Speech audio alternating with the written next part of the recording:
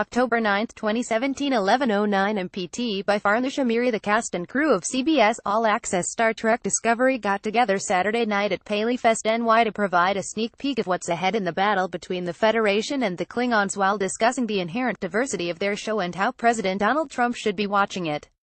"I hope Trump puts his phone down for a while and watches the show," said Jason Isaacs, who plays Captain Lorca. The newest Star Trek series aired its third episode last week to franchise devotees who have been holding on to see how the show will evolve after Bryan Fuller's departure. The writer, who left the show in the early stages, is still credited as a co-writer on current episodes, and the show's producers told The Hollywood Reporter that the story is still very much in line with Fuller's original concept.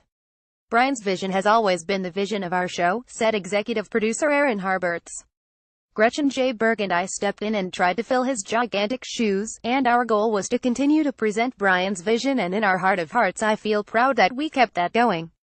One aspect of Fuller's vision was to keep the diversity that makes the Star Trek series true to its historic franchise. The show stars an African-American female lead, an openly gay couple, and a Pakistani-British lieutenant. In the very beginning, Fuller's message was, "This is going to being a show with a woman of color as its lead, and that was what we all set out to do, and that's what we've done," Harbert said. "I'm very proud of all of the diversity on the show. Gender identity, sexual orientation, race, and it is really just a representation of what the world is." After CBS announced the show in early 2015, the sci-fi fantasy series began filming amidst the 2016 presidential election, which producer Alex Kurtzman said didn't affect the Star Trek team's vision for the latest installment.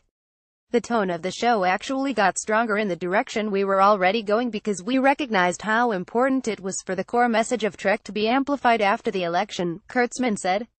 The show's lead, Walking Dead alum Sonequa Martin Green, who plays First Officer Michael Burnham, said she feels that television is one of the few accurate representations of the U.S. in the current political climate.